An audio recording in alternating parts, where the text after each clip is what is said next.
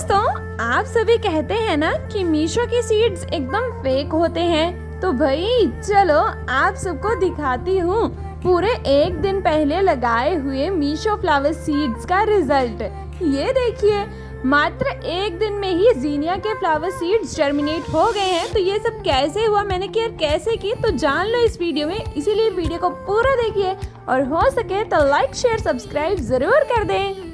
जय श्री राधे दोस्तों, आज आप सबके लिए बहुत बड़ी खुशखबरी है। बट वो खुशखबरी जानने से पहले आप मेरे गार्डन का ही नजारा देख लीजिए। थोड़ी देर पहले जब मैं अपने गार्डन में आई थी तो मेरे सारे के सारे पौधे बेहोश हुए पड़े थे पानी की कमी की वजह से, क्योंकि आज दूसरा दिन है जब वर्षा रानी जी छुट्टी पे हैं और सूर्य देवता जी अपनी ड्यूटी दे रहे हैं। और जब सूर्य देवता जी अपनी ड्यूटी देते हैं तो भाई मेरे पौधे कुछ इस तरीके से नाराज हो जाते कि वर्षा रानी आज क्यों नहीं आई, और फिर वर्षा रानी जी की ड्यूटी मुझे करनी पड़ी। मतलब मैंने अभी इन सभी को थोड़ी थोड़ी मात्रा में पानी पिलाया है। और देखिए, कभी बादल आ रहे हैं, कभी सूर्य देवता जी आ रहे हैं। इसीलिए बरसात में जब आप पानी देते हैं पौधों को तो उन्हीं पौधों को दें जो कि बेहोशी की हालत में है, मतलब जो मुरझाए हुए हैं। और ज्यादा भी ना दे, थोड़ी मात्रा में दे जितने में कि वो होश में आ जाए। बाकी थोड़ी देर में वर्षा रानी जी तो आ ही जाएंगी क्योंकि मौसम बारिश वाला चला हुआ है।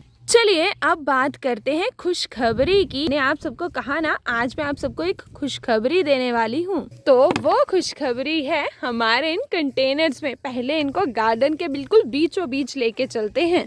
आप सब तो मेरी बातों का यकीन नहीं करते हैं, बट इन पे तो यकीन करेंगे ना अब, जो मैं अभी दिखाने वाली हूँ आप सबको। और ये देखो भाई, एक सेकंड भी नहीं लगा, सूर्य देवता झटपट से बादलों के पीछे छिप भी गए। जो बात मैंने स्टार्टिंग में बताई है उस पे अमल जरूर करना आप सभी। नहीं तो आपने जो पानी दिया है प्लस वर्षा रानी जो पानी देंगी, उन दोनों पानी से पौधा पानी पानी होके मिट्टी में मिल जाएगा। चलो अब खुशखबरी पे फोकस कीजिए। तो ये देखिए, सबसे पहले तो पर्पल मैरीगोल्ड के जो मैंने सीड्स खरीद के लगाए थे इस कंटेनर में, मात्र 2 दिन में ही मेरे सीड्स बहुत बढ़िया तरीके से जर्मिनेट होके पौधे बनने लग पड़े हैं। पौधे बनने क्या, पौधे बन भी गए हैं।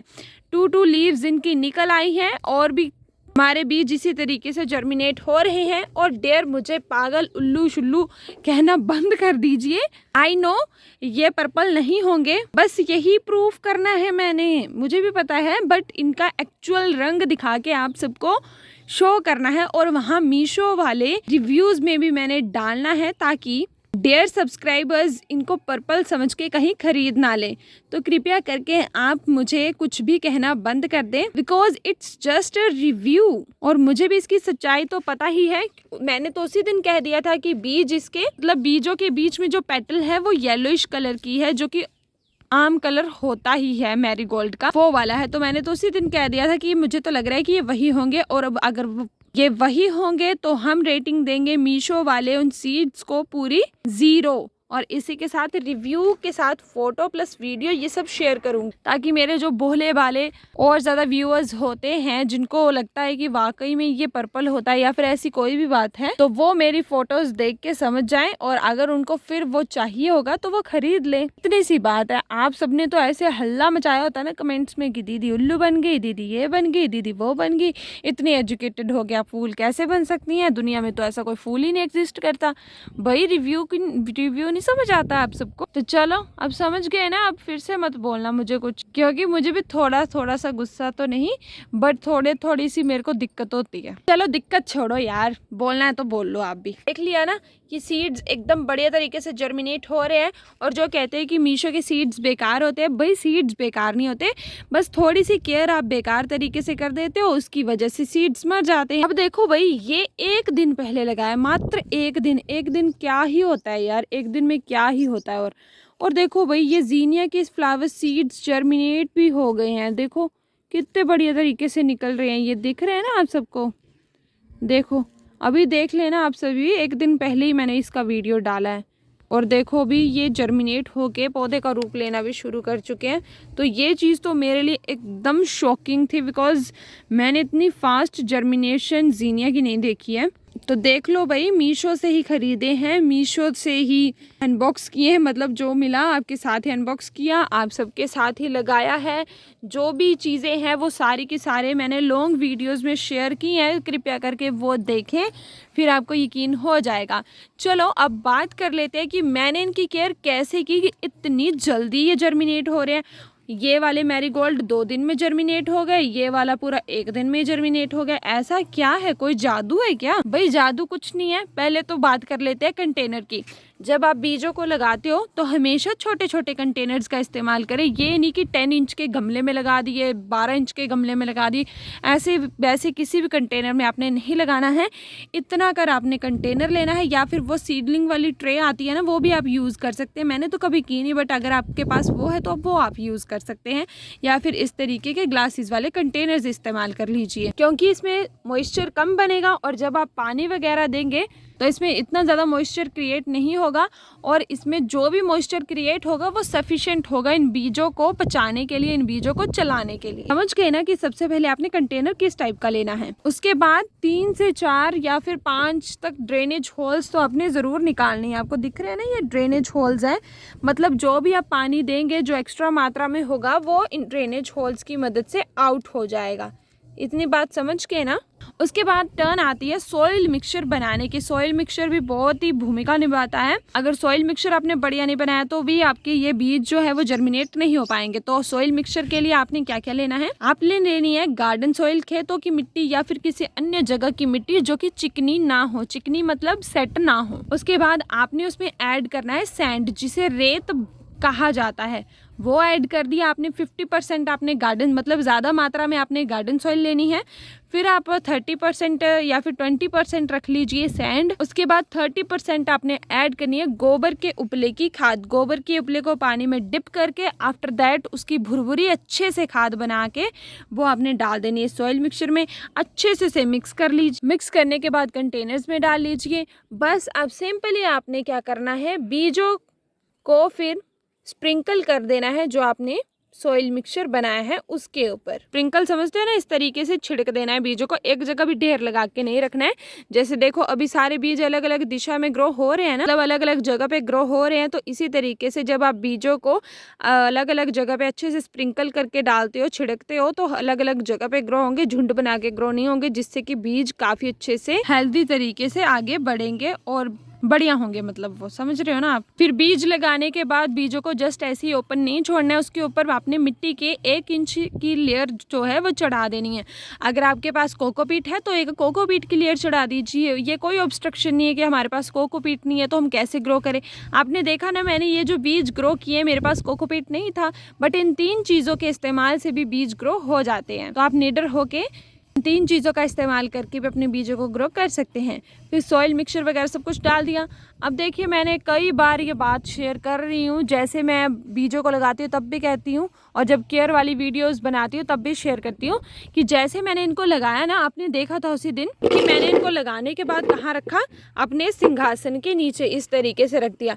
क्यों? क्योंकि रात को होती है बारिश और रात को तो हम आ नहीं सकते गार्डन में और इनकी केयर तो कर नहीं सकते, इसीलिए मैंने इनको ऐसी जगह पे रख दिया जहाँ पे बारिश का पानी बिल्कुल भी ना गिरे। और हुआ भी ऐसा। और जैसे सुबह होती थी मैं सिंहासन से इनको बाहर निकाल के धूप में रख देती। अगर धूप ना भी हो ना और बारिश भी ना हो, मौसम ऐसा लगे बादल छाए हुए हैं, तब भी आपने सिंहासन मतलब ऐसी जगह से निकाल के बाहर रख देना है सीड्स को, ताकि जो भी मॉइस्चर ज्यादा मात्रा में क्रिएट हो गया है वो इक्विवेलेंट हो जाए अकॉर्डिंग टू वेदर। कल देखा था ना आप सभी ने, मैंने मैरीगोल्ड में थोड़ा थोड़ा पानी का छिड़काव किया था। क्यों? क्योंकि जब मैंने बीजों को लगाया था तो मिट्टी काफ़ी ज़्यादा गीली थी, मिट्टी में काफ़ी ज़्यादा नमी थी, तब मैंने बिल्कुल भी पानी नहीं दिया। जस्ट जैसे लगाया मैंने वैसे ही इसके नीचे रख दिया। बट नेक्स्ट डे देखा कि मिट्टी की ऊपरी परत जो है वो सूख चुकी है, तो फिर मैंने इनमें पानी का थोड़ा थोड़ा मात्रा में, बारिश वाला पानी कलेक्ट हुआ था ग्लासेस में, तो इस तरीके से मैंने पानी की थोड़ी सी बूंदाबांदी कर दी ताकि बीजों को थोड़ा थोड़ा मॉइस्चर मिले। और ये देखिए नमी नमी दिख रही है ना आप सबको।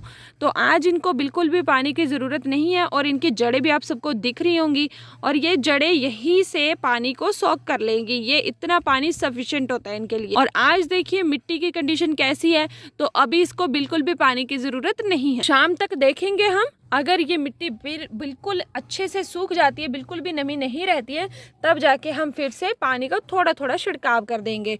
और जीनिया के साथ भी कल मैंने ऐसे ही किया। जीनिया में भी मैंने बिल्कुल भी पानी नहीं डाला क्योंकि मिट्टी पहले से गीली थी, नमी पहले से थी।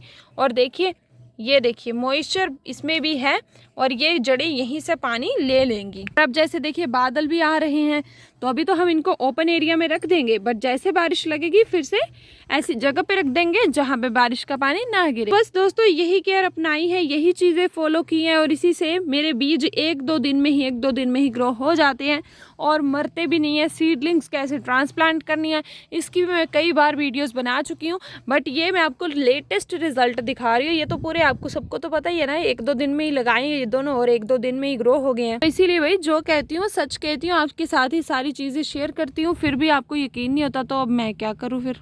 बट चलो, मुझे पता है कि मेरे कुछ डियर सब्सक्राइबर्स मेरी बातों पे यकीन करते हैं, बिकॉज मैंने कभी झूठ तो बोला नहीं और जो करती हूँ आप सबके सामने ही करती हूँ। इसीलिए भाई इन छोटी मोटी केयर्स को आप भी अपनाइए, इन छोटी मोटी टिप्स को आप भी अपनाइए। डैम श्योर आपके भी सीड्स ग्रो हो जाएंगे, निराश मत होइए। सीड्स आपके 100 के करीब 40-50 वेराइटीज़ के सीड्स तो आ ही जाते हैं, तो ऐसा कोई इतना बड़ा पहाड़ वाली बात तो नहीं है। नर्सरी में देखो एक पौधा ही आपका 150-200 पता नहीं कितने कितने महंगे के आते हैं, मेरे को नहीं पता है, मैं कभी गई नहीं, बट फिर भी है ना इतने महंगे महंगे आते हैं। सीड्स आपको इतने ईजीएस्ट वे में इतने ज़्यादा मिल जाते हैं। अगर उन 5-6 सीड्स में भी 2-3 पौधे अगर आपके ग्रो हो गए, तब तो आपके नज़ारे लग जाएंगे, तब तो आपके मज़े लग जाएंगे। मेरी तरह भी आप एक बढ़िया सा गार्डन बना लोगे, मेरे को तो लगता है मेरे से भी ज़्यादा सुंदर बना लोगे। इसलिए भाई कभी भी निराश नहीं होना है, कभी भी हताश नहीं होना है, बस मेहनत करते रहो, भगवान जी पे यकीन रखो। डैम श्योर जो आप चाहते हो आप पा लोगे, बस आप भगवान जी का नाम रटते रहो और अपना काम करते रहो। मुझे पता है मेरी श्री राधा रानी जी आप पे भी कृपा बनाएंगी, क्योंकि आप सभी बहुत अच्छे हैं और प्रकृति का साथ दे रहे हैं, प्रकृति का सहयोग कर रहे हैं प्रकृति को बचाने में, तो क्यों ना देंगे आपका साथ। तो अब इसी के साथ मिलते हैं आप सभी को फिर नेक्स्ट वीडियो में। आज का ये वीडियो आप सबको कैसा लगा कमेंट करके ज़रूर बताएं, बिकॉज आपके कमेंट मेरी असली मोटिवेशन है। तो इसी के साथ मिलते हैं नेक्स्ट वीडियो में, तब तक जय श्री राधे, जय श्री राम।